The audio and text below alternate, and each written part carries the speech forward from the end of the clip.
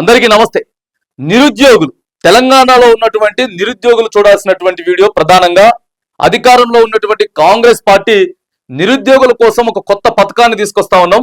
రాజీవ్ యువ వికాసం పేరిట ప్రతి ఒక్కరికి 3 లక్షల రూపాయలు ఇవ్వబోతా ఉన్నాం. మీరంతా కూడా ఏదో ఒక చేతి వృత్తిని పెట్టుకోవాలి. చేతి వృత్తిని పెట్టుకొని మీరు స్వతహాగా మీ కాళ్ళ మీద మీరే బతకాలి. ప్రధానంగా 35 ఏళ్ళు అయిపోయినటువంటి వాళ్ళకి 30 ఆ తర్వాత 35 సంవత్సరాలు అయిపోయిన వాళ్ళని ప్రధానంగా ప్రియారిటీ ఇచ్చేటటువంటి అవకాశం అయితే ఉంది అని చెప్పేసి కొంత సమాచారం అయితే అందుతా ఉంది. మరి OBMMS లో ఏదైతే తెలంగాణ పోర్టల్ ఉందో OBMMS లో మీరంతా కూడా దరఖాస్తు చేసుకోవాలి.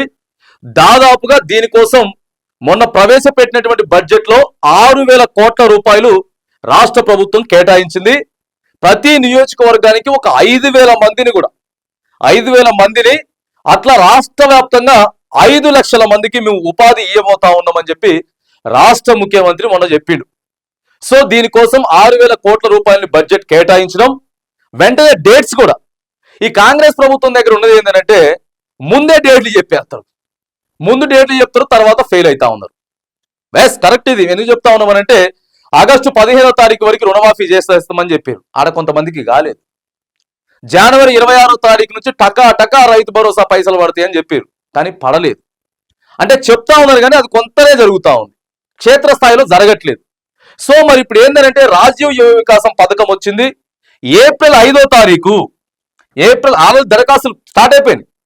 దరఖాస్తులు ప్రారంభం అయిపోయి కూడా ఈ రోజు 26 తారీఖు కదా, 26 తారీఖు అంటే దాదాపు 18, 19 తారీఖే స్టార్ట్ అయిపోయింది. దీనికి ఏప్రిల్ 26వ తారీఖు ఎండ్ డేట్ అని చెప్పారు. ఏప్రిల్ 5వ తారీఖు ఎండ్ డేట్ పెడతా ఉన్నాం.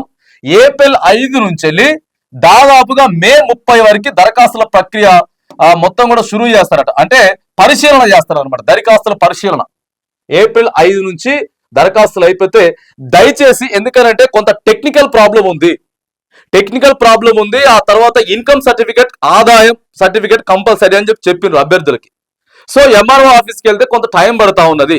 కాబట్టి దీన్ని కనీసం ఒక వారం లేదా మరొక 10 రోజులు, వారం లేదా ఒక 10 రోజులు పెంచితే ఒక 15వ తారీఖు వరకు అవకాశం ఇస్తే ఎక్కువ మంది దరఖాస్తులు చేసుకునే దానికి అవకాశం ఉంటుంది అని చెప్పేసి కూడా కొంత నిరుద్యోగ యువత సోషల్ మీడియాలో మెసేజ్లు పెడతా ఉన్నారు. ఆ తర్వాత మే 30 వరకు అయిపోయిన తర్వాత జూన్ 2వ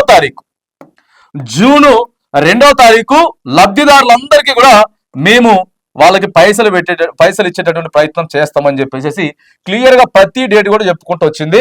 దాదాపుగా 6,000 కోట్ల రూపాయలు బడ్జెట్ లో కేటాయించారు 5 లక్షల మంది నిరుద్యోగ యువతకి. 5 లక్షల మంది నిరుద్యోగ, ప్రధానంగా SC ST BC మైనారిటీలకి ఇప్పటికే చాలా మంది దరఖాస్తులు తీసుకుంటా ఉన్నారు.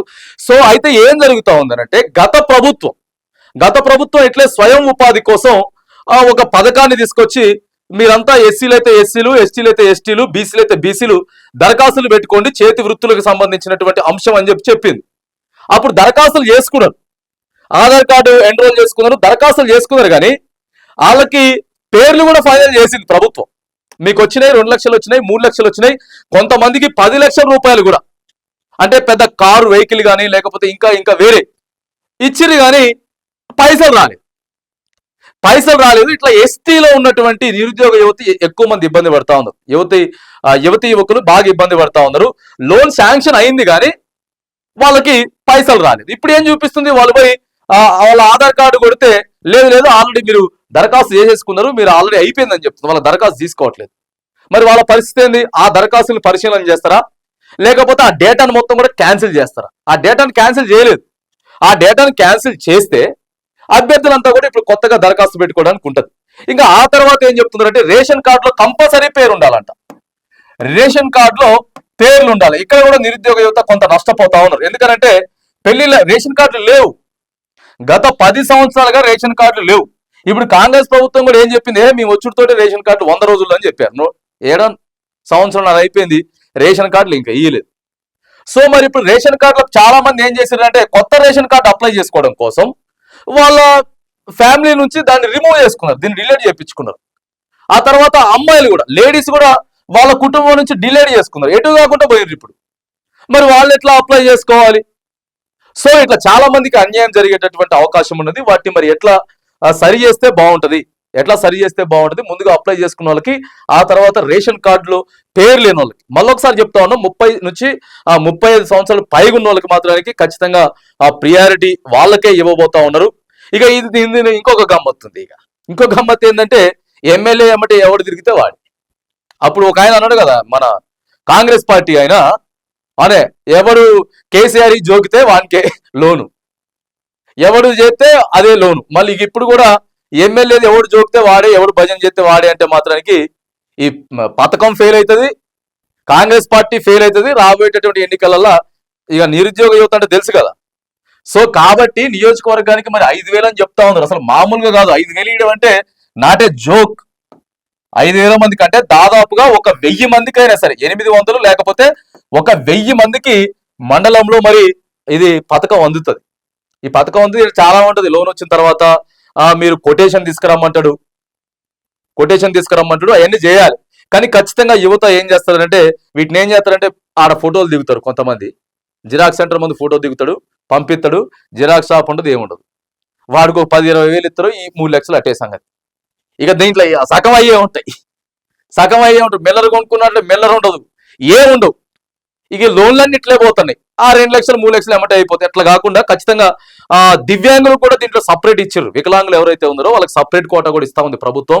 మరి 3 లక్షలు ఇవ్వడానికి మాత్రానికి అయితే మీరు సిద్ధమైపోయినామని చెప్తున్నారు, ప్రభుత్వం అయితే సిద్ధమైనమని చెప్తున్నారు. కాబట్టి కొంత దాన్ని వాడుకునేటటువంటి ప్రయత్నం చేయండి. ఏదో ఒక చిన్న షాప్ పెట్టుకోవడమో లేకపోతే ఏదో ఒక పర్పస్ లో వాడాలి, అంతే తప్పితే ఇక ఎక్కువ వాడినోళ్ళే ఉన్నారు.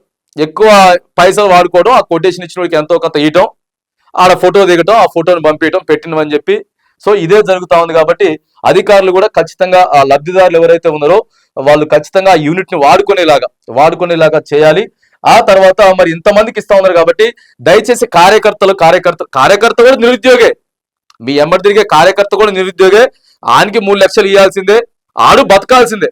కాకపోతే మొత్తం కాకుండా కనీసం సగం మందికి మీ కార్యకర్తలకు ఇచ్చుకోండి. సగం మంది మీ కార్యకర్తలకు ఇచ్చుకున్నా సగం మందికి మాత్రం 2,500 మందికి న్యూట్రల్ గా బీజేపీ పార్టీ అవ్వచ్చు, లేకపోతే బీఆర్ఎస్ అవ్వచ్చు, ఎవరైనా అవ్వచ్చు, ఖచ్చితంగా ఇచ్చుకునేటటువంటి ప్రయత్నం చేస్తే మాత్రం ఈ పథకం ఎక్సలెంట్ గా ముందుకు పోతుంది, పాస్ అవుతుంది. లేకపోతే మీ కార్యకర్తలకే ఇచ్చుకుంటే మాత్రం ఇబ్బంది అవుతుంది. కాబట్టి సో నిరుద్యోగులంతా కూడా ఒకసారి మీరంతా కూడా OBMMS లోకి వెళ్ళి ఖచ్చితంగా దరఖాస్తు అయితే చేసుకోండి. ఏప్రిల్ 5 వరకు దరఖాస్తు చేసుకోండి అని చెప్పి రాజీవ్ యువ వికాసం పథకం గురించి మాత్రానికి క్లియర్ గా ప్రభుత్వం చెప్తా ఉంది.